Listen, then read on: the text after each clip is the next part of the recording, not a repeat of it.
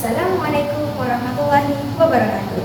Hai semua, saya Syafara binti Azgal, merupakan pelajar tahun 3 Fakulti Pengajian Islam Universiti Malaysia Sabah. Hari ini saya akan berkongsi mengenai dapatan kajian saya yang berkaitan dengan haid dan juga istihadah.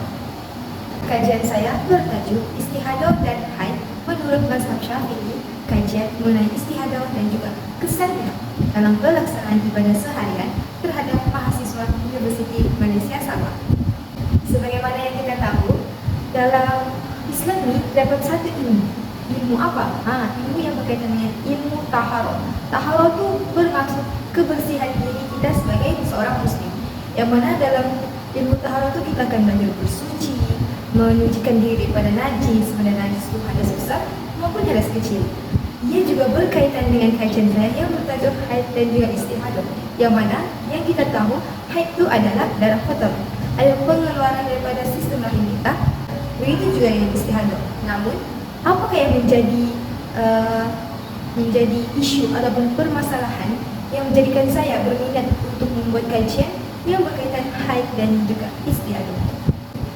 Boleh diketahui bahawa ilmu haid itu adalah umum, semua wanita mengalaminya termasuk saya. Manakala istihadah pula adalah suatu yang kita boleh katakan adalah satu penyakit yang dihadapi oleh seorang wanita yang mana keluar darah tapi bukan pada waktu haid. Kekeliruan segelintir wanita sama ada jika haid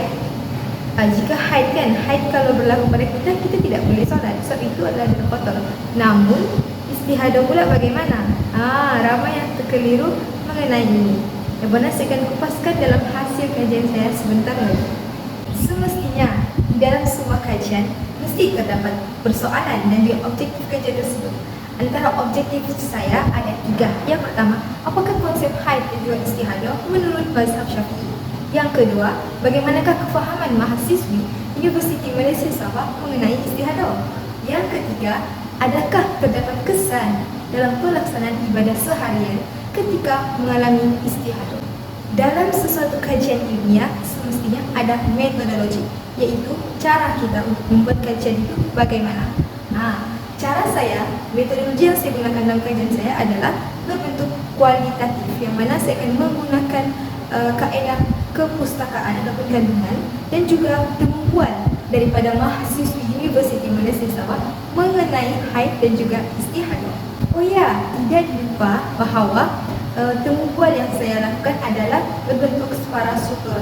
Yang bermaksud separa-sutur ini, saya telah membuat beberapa soalan. Namun, apabila temubual berlaku, ada beberapa soalan yang timbul yang saya ingin tahu daripada saya punya informasi. Seterusnya, kita beralih kepada dapatan hasil kajian saya. Yang pertama, haid dan istihadah menurut mazhab Syafi'i. Sebelum itu, kita perlu tahu apa itu haid. Haid ini dari segi bahasa adalah mengalirnya sesuatu, yang mana ia berasal dari perkataan Arab iaitu hada, yahidu dan juga haidu, yang mana ketiga-tiga ini bermaksud mengalirnya sesuatu dari tempat tertentu.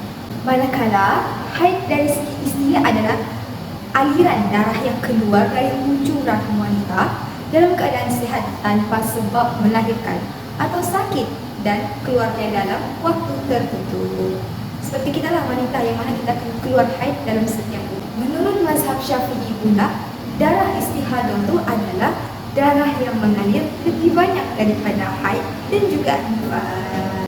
Dalil Al-Quran yang menyokong kepada wanita ataupun lelaki yang tidak boleh menghampiri wanita adalah sebagaimana firman Allah dalam surah An-Nisa ayat 43 yang bermaksud, wahai orang-orang yang beriman, janganlah kamu hampiri sembahyang ataupun mengerjakan sembahyang sedangkan kamu dalam keadaan mabuk hingga kamu sedar dan mengetahui apa yang kamu katakan. Dan janganlah pula kamu hampiri masjid sedang kamu dalam keadaan nujub, iaitu berhadas besar, sehinggalah kamu telah melintasinya sahaja hingga kamu mandi bersuci. Maksudnya di sini kita tidak wanita yang haid tidak boleh menghampiri masjid lah. Namun apabila ia telah suci dan telah bersih, bolehlah ia mengerjakan ibadah salat dan juga menghampiri masjid.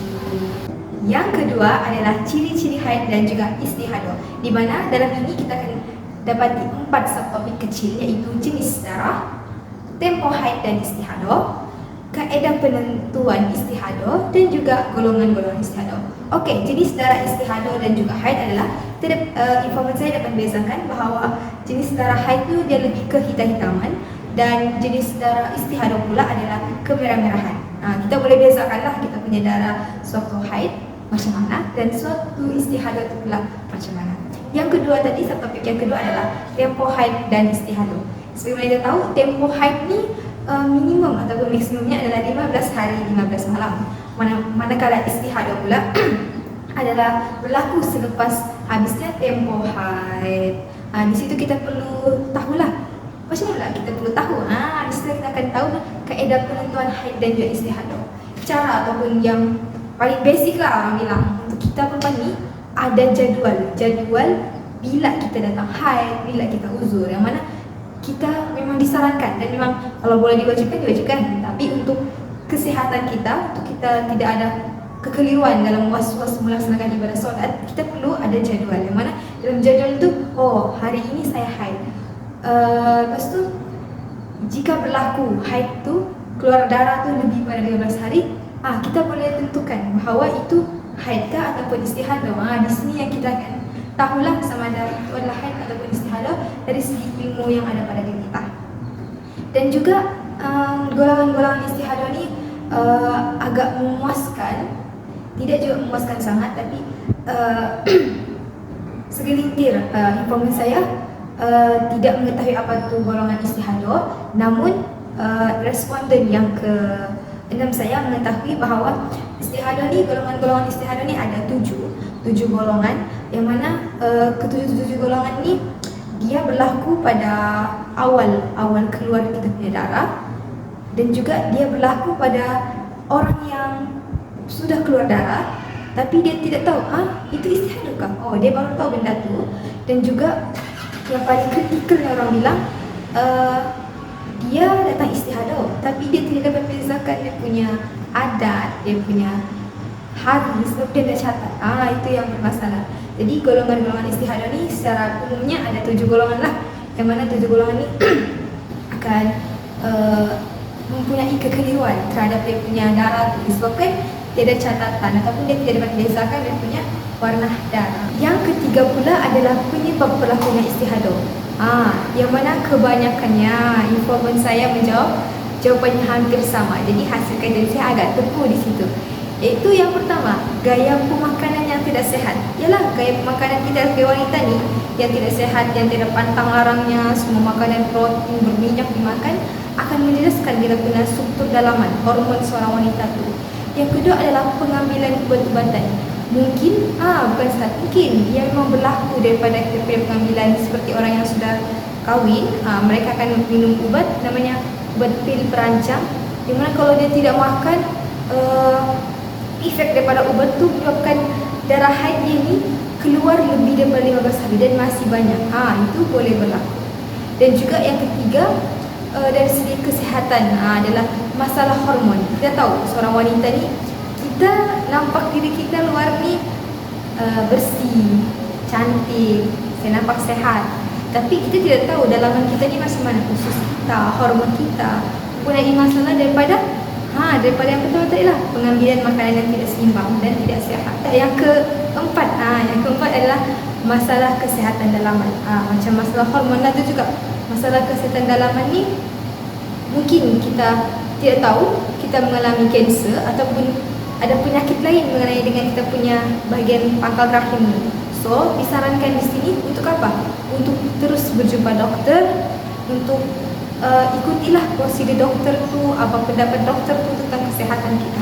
Tema yang keempat adalah kesan istihadah menjejaskan keselesaan golongan mustahadah. Macam mana berlaku? Mestilah berlaku. Kita bayangkanlah, kita sudah haid, tiba-tiba darah kita ni tak mau berhenti lebih daripada 15 hari. Lepas tu, yalah, waktu haid mana boleh salatkan. Tapi kita kelirulah, sudah 15 hari, sudah lebih pada maksimum, lepas tu darah masih keluar. Terus kita pun was-was, bolehkah saya solat? Bolehkah saya solat ataupun tidak? Benda tu akan menjadikan keraguan dan juga was-was pada kita. Dan kebanyakannya sekarang ni mengalami hal yang sama, yang mana mereka rasa benda tu haid, jadi mereka tidak salat. Padahal ketika itu mereka mengalami istihadah. Lepas tu selain itu pula, selain dari segi kerohanian, dari segi harian kita pula, aktiviti harian kita, menjejaskan aktiviti harian kita. Contohnya kita ni jenis yang suka berenang, suka pergi mandi-manda begitu kan, di sungai kan, air terjun kan. Tapi tiap tu kita mengalami keluaran darah yang sangat banyak. Jadi kita mau mandi pun kita macam berfikir macam apa yang kita mau lakukan agak susah di situ. Kita mau berjogging ke, mesti balik-balik tukar karpet. Ya, seperti solat, balik-balik tukar karpet sebab ada darah. Tema yang kelima pula adalah semestinya dalam segi perubatan ataupun pandangan kita pun dari segi kampung-kampung, orang bilang tradisional. Semestinya ada cara untuk mengubati kita punya istihadah ni. Okey, yang pertama adalah paling basic adalah mengamalkan gaya hidup yang sehat. Dari mana? Dari kita tukar kita punya segi pemakanan, daripada terlampau makan makanan yang berminyak, berlemak, kita amalkan gaya hidup yang sehat, lebih kepada sayur-sayuran, buah-buahan, protein yang cukup. Dan yang kedua adalah semestinya berjumpa dengan doktor. Sebab istihadah ni bukan suatu hal ataupun masalah yang boleh diambil mudah. Sebab ia berkaitan dengan pakal rahim. Nanti kalau ada kanser, kita yang susah. Sebab tu kalau kita mengalami istihadah, iaitu keluar darah banyak selepas haid lebih daripada 15 hari, kita disarankan untuk berjumpa dengan doktor. Dan tema yang terakhir adalah tema yang keenam, iaitu kepentingan menitik beratkan ilmu haid dan juga istihadah. Semestinya penting, iaitu yang pertama, hilang keraguan dalam melaksanakan ibadah solat. Kalau kita tahu istihadah itu apa, haid itu apa, jadi kita dalam tiap kita mau laksanakan solat tu, kita tidak keraguan sudah. Tiap ni saya istihadah, jadi saya boleh solat. Bagi saya, marilah kita tahu untuk kita as Muslim melaksanakan kewajipan tu kepada Allah. Yang kedua adalah menjadi Muslim yang lebih taat. Lebih taat kepada Allah tu situ. Di mana kita macam tidak mengambil mudah lah. Tidak mengambil mudah mengenai kita punya istihadah, kesihatan kita, apa yang terjadi dalam diri kita. Kita jangan ambil mudah sebab itu diri kita. Kita perlu utamakan diri kita berbanding orang lain. Okey? Dan yang terakhir adalah menjadi wanita Muslim yang mampu melahirkan generasi ummah yang lebih berkualiti, berpendidikan.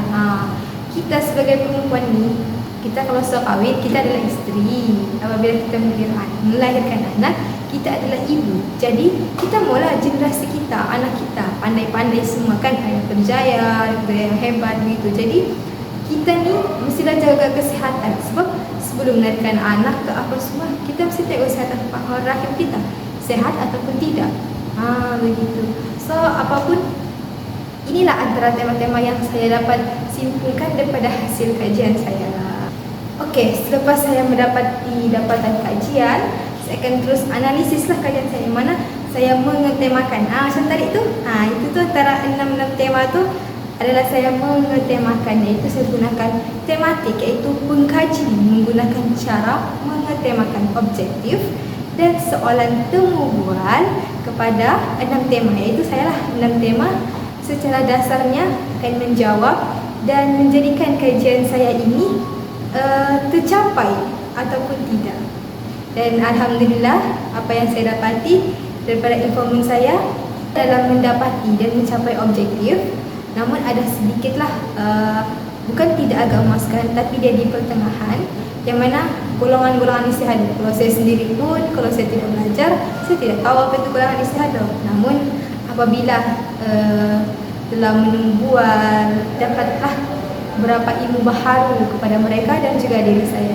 Kesimpulan daripada kajian saya adalah, jelaslah bahawa melalui kajian ini, pendidikan amatlah penting kepada setiap lapisan masyarakat bagi melahirkan masyarakat yang berilmu. Kan, mestilah istihadah, kalau kita tidak belajar, kita tidak tahu. Begitu. Pendidikan yang mana zahirnya amatlah luas, antaranya berkaitan ilmu fardu ain dan juga fardu kifayah. Kita mesti Jangan pisahkan antara ilmu fardu ain dan fardu kifayah ini dalam kehidupan seharian kita.